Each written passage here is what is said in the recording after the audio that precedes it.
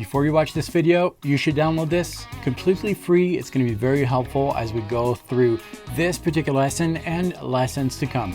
The link is below. Enter a valid email address, download this, and come back to the lesson. I'll be right here waiting for you. Let's do this.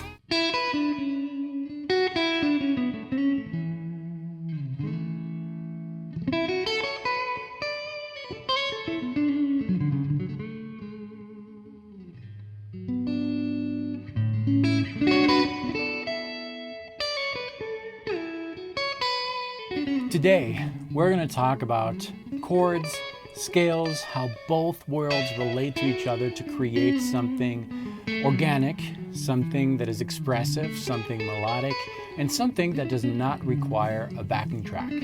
Hours and hours of playing ahead of you. It's simpler than you think. It just requires a few tricks. I'm going to show you everything. Make sure you have your PDF downloaded. We're going to use this. I'll teach you how to use that. Grab your guitar. I'll meet you right after this.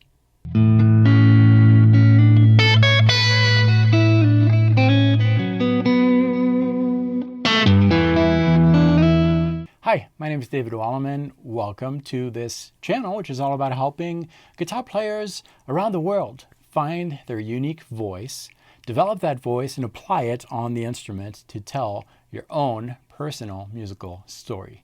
I truly believe that if you take the steps to learn about communication and apply that communication on your instrument, nobody in the whole wide world, alive, dead, or not born yet, can play the way you play. We all have something unique to say. Let's learn how to say it. And today we're going to explore a simple theory concept that is going to allow you to, I think, create new stories each time you play. This is something that I've been using in my intros. Whenever I start my video, usually I just play a little bit, and this is not prepared. And that's exactly how I do it. It has to do with the simple truth that scales and chords are linked. They're pretty much the same thing in a way. Chords are extracted from scales. So let's start with the scale. If you've been following this channel for a while, you know that I like to see scales, modes as alphabets. Very simple, right? So what do you do with an alphabet? Well, you create words which communicate ideas. A word is a series of letters put together to create that idea. And behind each word is that idea that creates emotion. So that's what we have, right? In music, we have the alphabet. The alphabet today that we're going to use, the scale we're going to use today, is the major scale, but you can apply this to anything you want, right? So let's consider a major scale for a second. Now, before we get into positioning, into the argument of caged versus 3-note per strings, honestly, it doesn't matter. Because if you close your eyes, go ahead, close your eyes, and listen to this. Now listen to this. Same thing, right? It sounded this, you can open your eyes. It sounds exactly the same. The only difference really was for me when I was playing these two types of scales. One was a narrow position. It's the E position of the caged system. And it's in that zone of the fretboard. The other one was a 3-note per string, which is a little wider. But same exact notes, right? So don't get caught on positions, which finger should I use, which positions, and all that. In the end, what matters is what the listener is going to hear. And the way that you execute that idea doesn't really matter as long as you execute it properly. Now, for the sake of this lesson, we are going to use certain positions, which are on your PDF right here. But just keep in mind that, you know, if you play a knee on the 5th string, 7th fret, instead of playing it like I might play it on the 4th string, 2nd fret, same end result, right? One sounds a little brighter, yes, but it's the same pitch. Keep that in mind through this lesson. The rule is not set in stone, but we're going to organize our thoughts a little bit. All right, so we are starting with the major scale, and for the purpose of this, I'm going to give you the narrow position right here. Here it is in A. as I'm going to play this scale, and as you learn this scale, you need to know the intervals of this scale. That's the blueprint. That's what makes this alphabet different from this one, or even this one, right? There are multiple alphabets. That's the major scale alphabet. Wherein A is the first letter of that alphabet, the first note. And all the other letters are measured, take their value according to that A. That's the root. The 1 is the root. A major scale is made of 1, 2, 3, 4, 5, 6, 7. That's the formula. That's the blueprint. Now these numbers are intervals. 1, that's the 1. 2 is, we're going to consider whenever we just give the name of the number, 2, 3, 4, instead of altering that with sharp 4 or flat 3. Whenever I say the number by itself, it's considered to be a major number, a major interval. Except for the 4th and the 5th, those are perfect. It's a full different topic. I have a topic on intervals on this channel, but just bear with me as you're playing these notes. Just count 1, 2, 3, 4, 5, 6, 7. Okay? So here we go. The narrow position here, starting on the low E string, we have 2 frets here. We have frets 5, 7 for 1, 2. On the next string, we have frets 4, 5, 7, and that's going to be the 3, 4, 5. On the next string, we also have 3 notes. We have the frets 4, 6, 7 for the 6th, 7th, and 1, or 8. Same thing, right? Just goes up. But the 8 and the 1 have the same value, the same function. Different pitches, but same function. Okay, so 1, 2, 3, 4, 5, 6, 7, 1. On the next string, we'll continue with 2, 3, 4, and that'll be on frets 4, 6, 7. Okay, for 2, 3, 4. On the second string, we have 2 notes on frets 5 and 7, and that'll be for the 5th and the 6th. 5, 6. On the first string, we'll have frets 4, 5, 7 for the 7, 1, 2. So altogether, as we name the numbers, 1, 2, 3, 4, 5, 6, 7, 1, 2, 3, 4, 5, 6, 7, 1, 2. The other notes, we can find them higher on the fretboard, but remember we're staying in that zone of the fretboard for now. That's the major scale. Bear with me, it's going to be very practical very soon, I promise. But from that major scale, from that alphabet, we can extract words. Words in music can be heard one letter after the other, or multiple letters at the same time. Chords. But they're extracted from the same alphabet, okay?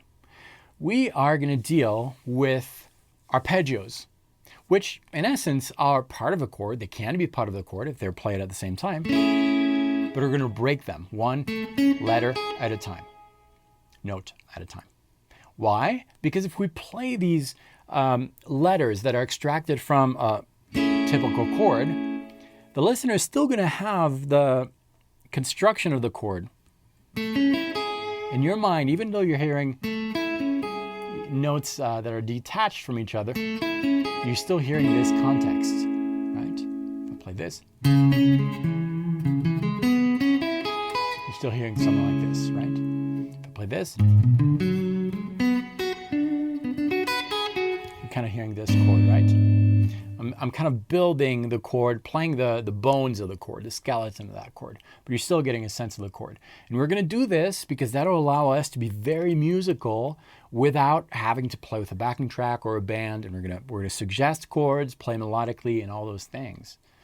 Okay, let's talk a little bit about the construction of chords. There are multiple ways to build chords. As a matter of fact, really, I could tell you that there are no rules when building chords. The only rule that you have is to extract letters from that alphabet. Even that rule can be broken, of course. But for now, we're going to stick to this rule. So that means that I can extract any of the letters of this 7-note alphabet, right? And play 2 or more of these letters at the same time, I will have a chord. So maybe I could play this, maybe this, which is part of our scale. Maybe this, okay. Is that a chord? Yes, because there are multiple notes played at the same time. Does that chord fit my key? Yes, because I'm extracting from that scale notes, and therefore this will fit that key. What about this? Absolutely, because these notes are extracted also from my scale. Okay, now that said, we are going to go the traditional approach. Just keep in mind, there are no rules when building chords except that you need to extract letters from the alphabet. But the traditional route, the way that has been done for a long time, is to build, in this case, 4-note chords. We could do 3 if we want, triads, but we're going to do 4. And the way that it works usually is you take one of the notes from your key, in this case A major. It could be any note. And from that note, you're going to build a 4-note arpeggio by playing the note you started from, which we'll call the 1. Skip the next to the 3rd note. Skip the next to the 5th. Skip the next to the 7th. So 1, 3, 5, 7. If we do that from the very first note of our alphabet, we will have this. We'll have a 1, 2, 3, 4, 5, 6, 7. Okay. That kind of highlights, suggests a chord. 1, 3, 5, 7. And we can continue. 1, 2, 3, 4, 5, 6, 7. Okay. I built a 4-note arpeggio from the first note of my alphabet, my scale. I can do that from the 2nd note if I want to. Sure, let's do that. So we got 1, 2. That's going to be our 1. So that's 1, 2, 3, 4, 5, 6, 7. Right? So 1, 1, 2, 3, 4, 5, 6, 7. That, even though, I know we're starting from a different note, but this flavor sounds different from that one, right? The nature of the arpeggio has changed. And we'll discover that if we did that from each of the 7 notes of our alphabet, we would have a total of 4 types of flavors, 4 types of arpeggios. Okay, now, if you look at your PDF here, 1, 2, 3, 4. Cool. Okay, so now you understand this, where this comes from. These are the 4 types of arpeggios that are extracted from a major scale. Now, there are multiple sheets. We're going to get into that. There are 5 sheets. Why? That has to do with what's on the top here. We'll get into that in just a second, okay?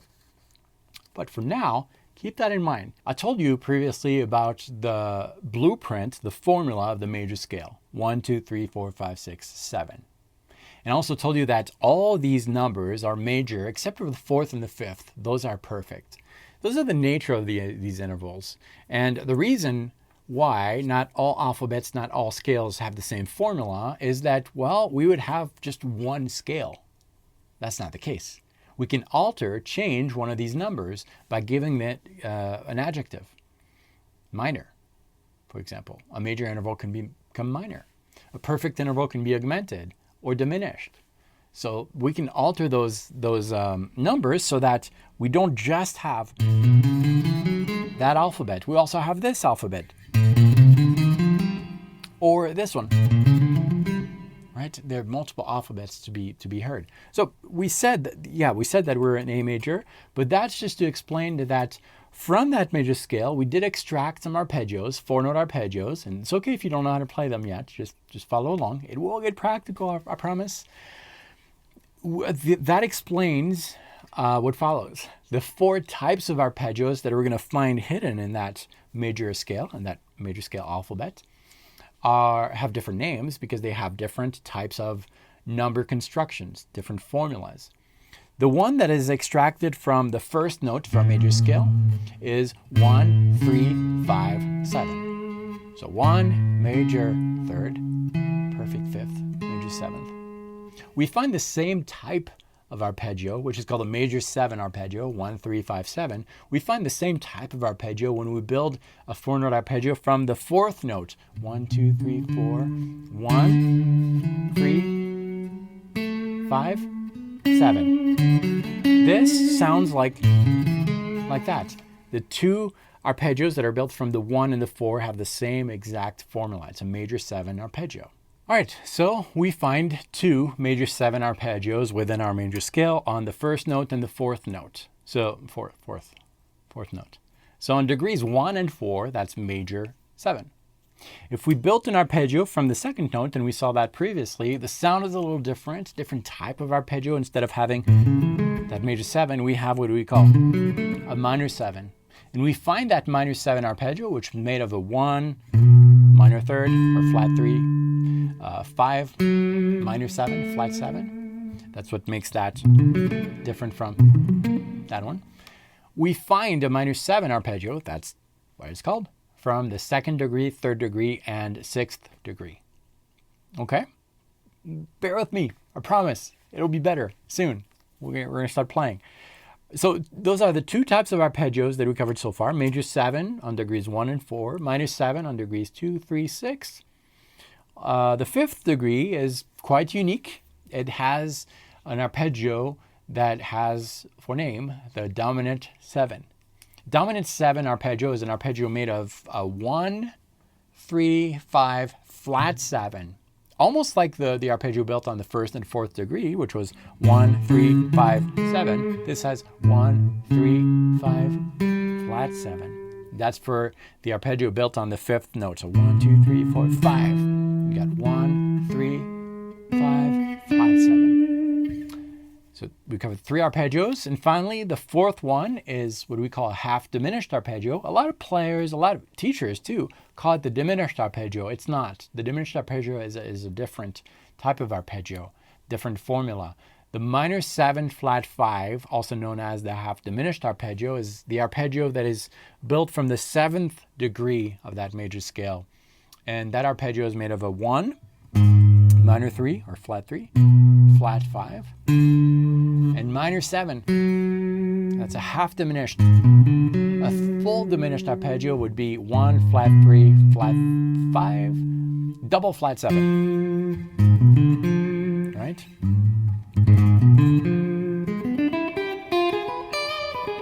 This is a half diminished, the one on the 7th degree. Ready for a recap? Here we go. And I know we haven't covered the positions yet. That's okay. I just want you to understand the logic. So what you need to commit to memory is that within a major scale of any sort, doesn't matter where you're starting from it, A major, G major, B flat major, in this case A major, we have 7 notes, 7 degrees. And we can associate with each of these degrees chord types, arpeggio types, 4-note arpeggio types. And it goes as follows. Major 7, minor 7, minor 7, major 7, dominant 7, minor 7, half diminished. Okay? So, if I ask you to play the 3rd degree of a major scale, you will be thinking minor 7. Because major 7, minor 7, minor 7. Major 7, minor 7, minor 7. Okay. What about the 5th degree? Okay. 1, 2, 3, 4, 5, dominant 7. The 6th, 1, 2, 3, 4, 5, 6, major 7, minor 7, minor 7, major 7, dominant 7, minor 7. Minor 7 is 6. Okay. What about the 2nd degree? Major 7, minor 7, minor 7. The 4th, major 7, minor 7, minor 7, major 7. 4th is major 7. Okay, that's how it works. All right, ready to make music with all this? Let's do it. All right, remember how I told you at the beginning of the video that positions and areas of the fretboard, in the end, they don't matter because the listener will hear the same thing whether you play here or there, right? Well, it does kind of matter for this right here, because if it didn't, your improvisation might lack focus and might also lack the glue that glues your theory knowledge and your finger knowledge. If you can look at a contained area of the fretboard like this, it's going to be, who's honking like that? I'm recording a lesson here. Okay. if you can visualize a narrow area of the fretboard like this, it's going to be easier to know where you're at and what arpeggio shape you're using and all that. But that means that you need some kind of system in order to keep everything contained here, right? And that's on the fretboard. Instead of playing something here first,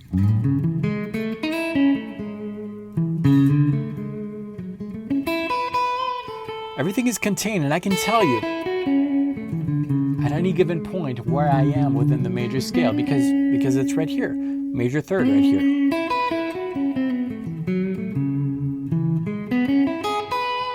Major 7. Whereas if I was playing like this,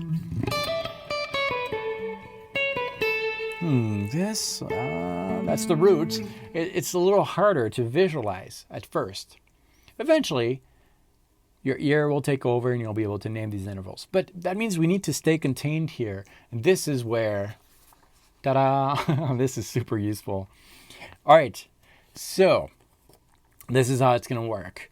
On top of each of these 5 sheets, there is a little thing here. Now, the place of the root, the fret on which the root is, which is the red note, it doesn't matter. I had to decide on something. That doesn't matter. But what matters is how the box fits within the root. Let me show you a close-up. Let's take this one, for example. The root is on the 5th string. The box happens on the right side of the root. That means that these 4 arpeggio shapes, those are the types of chords that we extracted previously from the major scale, are all built with a root on the 5th string and happen on the right side of that root. That's how that works. If we look at a different sheet, let's take a look at this one, for example. This one also has its root on the 5th string, but this time the arpeggio shape, one of the 4 arpeggio shapes, happens on the left side of that root. And you get 5 different sheets here with a PDF because those are going to correspond to all the possible placements of the arpeggio shape that you're using according to where the root is. Make sense, right? So now we can pick any arpeggio types within a contained area of the fretboard. All right, let's get practical. Let's make up a chord progression. How about a 2, 5, 1? Those are the degrees of our major scale. 1, 2, 3, 4, 5, 6, 7. The 2, 1, 2 is minor 7 because major 7, minor 7. The 5 is dominant 7 and the 1 is major 7. If you follow your order, that's what you get. And now we're going to select, using our PDF sheet, the corresponding arpeggio shape depending on where the box is from the root to stay in this contained area of the fretboard. So you might ask, why contained area of the fretboard? Well, it all has to do with visualization and learning the instrument. That's all.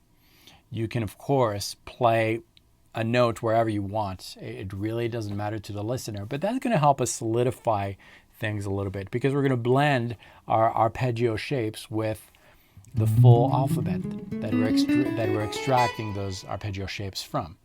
Okay, so 2, 1, 2 within that zone of the fretboard is on the 6th string. Okay, well, we're going to go through our sheets here, select the ones that have the root on the 6th string. There are 2 of them. And then we're going to look at these 2, and we're going to select the one that happens on the left side of that root. From my perspective, when you're looking at your guitar, that's on the left side in order to stay within that zone. So that leaves us with one of these sheets. It's this one right here where you have the box happening on the left side of the root, which is on the low E string, and you select your minor 7 arpeggio shape. And that's the one that we're going to use. So the idea here is to find all the arpeggio shapes from the chord progression that you made, 2, 5, 1 in this case. Find the corresponding one, play those, visualize those, and create music. The danger when doing this is to become too scholar, too locked into the positions, and play them as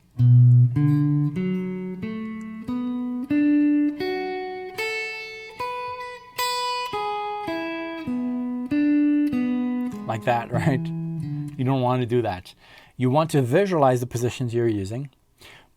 but you want to believe in what you're playing. You want to play with intent, with musicality. That means that anything you would do in real life language, try to inject that with those pieces of the alphabet, pieces of alphabet. So for me, it might look like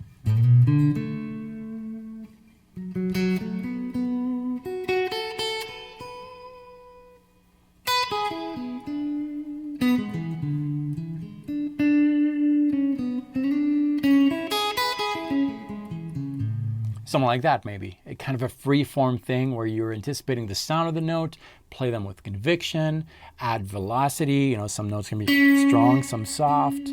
Maybe you repeat a note. Maybe you skip a note.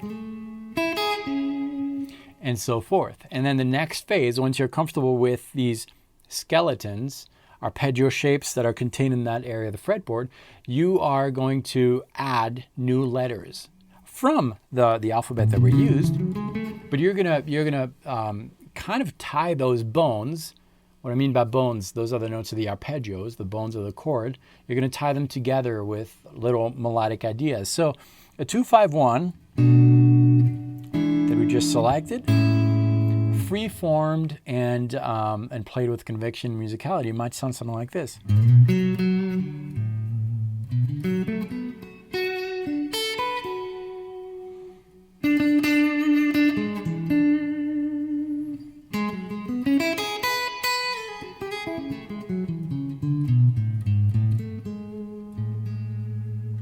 Something like that. Now, I realize this could be a little daunting because we have 5 sheets with 4 different shapes. That's a total of 20 different shapes. You don't have to learn all of them. Just use the ones that just a few select ones that you're gonna actually work on as you're developing your knowledge of the instrument and your musicality with very simple chord progressions. If 3 is too much, just do 2. It really doesn't matter. If 2 is too much, just do 1. Pick one of these shapes and fill in the blanks with pieces of the alphabet.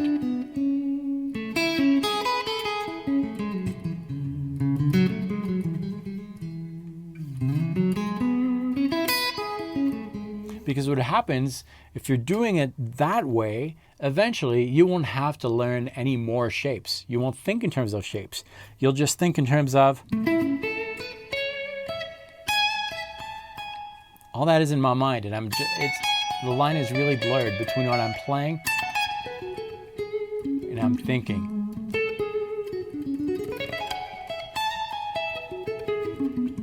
You'll be a lot closer to what you want to communicate on the instrument. This is eventually just an extension of your body, just like your mouth. It's just an extension.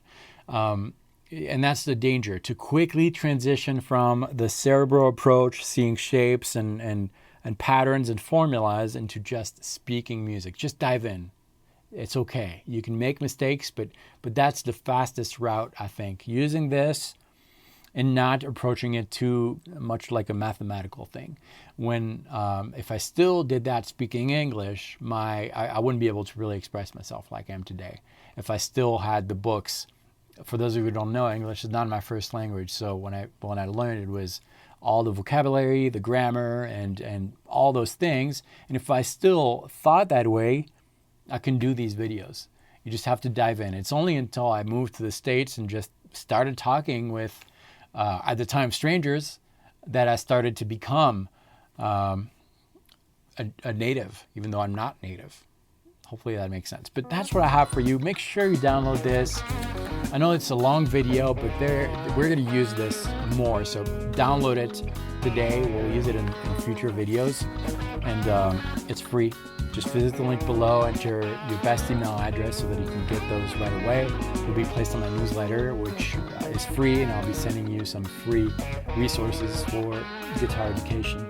This is my passion. I love doing this. Let me know below if you have any questions. If this was your very first visit, you should probably subscribe if you like this, because every week, Mondays, Wednesdays, and Fridays, a new video comes out helping guitar players find their voice and what makes them unique to tell their own musical story on the instrument. Thank you so much for watching this.